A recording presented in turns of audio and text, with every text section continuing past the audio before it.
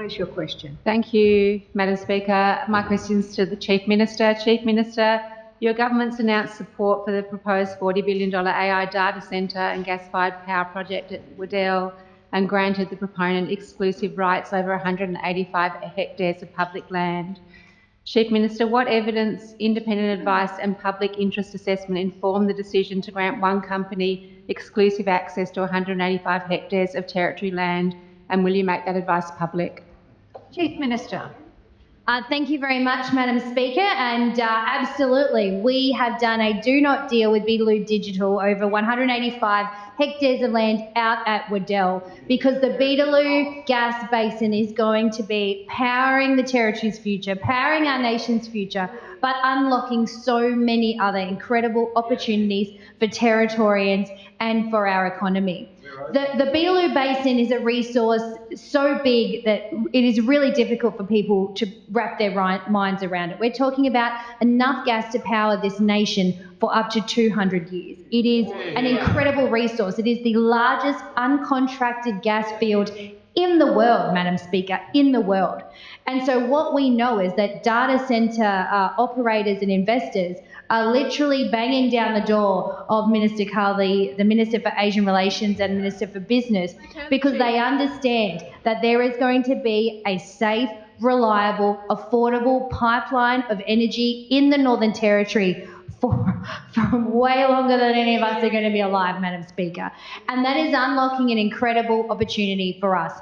So I'll pass on to Minister Burgoyne, who is the Lands Minister, who can answer some of the finer points of your question, Member for Johnston. But make no mistake, this is just the beginning of the interest in the Northern Territory off the back of the fact that we have created total certainty, unqualified certainty around Beetaloo gas development, Beetaloo gas delivering for Territorians and Beetaloo gas delivering for our nation and our allies and the region. Thank you, Minister Burgoyne. Minister. Thank you, Madam Speaker, and I thank the member for Johnston for the question. Absolutely, Madam Speaker. People out there want to know how they can get their hands on land as well, because as Minister Carl has said, the Territory is the place to do business. People are lining up and they all want to know, how can we invest in the Northern Territory? How can we work with the Northern Territory Government to take advantage of all the amazing resources we have here, Madam Speaker? That process...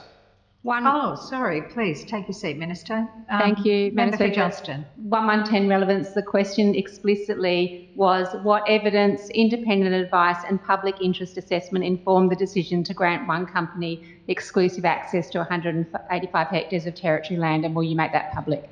Minister, you've got the call.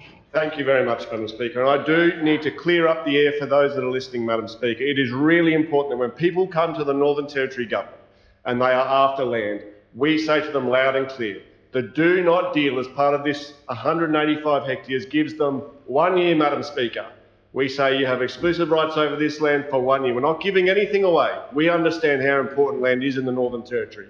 And in that time, Madam Speaker, we're expecting that proponent to go out there to ensure they do all the necessary studies, that they get their investors on board. Because, Madam Speaker, if they're not going to get a wriggle on, we know that thanks to the hard work of Minister Carl, we have other investors lining up, keen to take that on, Madam Speaker. So we will continue to work with anyone that comes to the Territory that wants to do business, and the message could not be clearer from our government: the Territory is open for business. Member for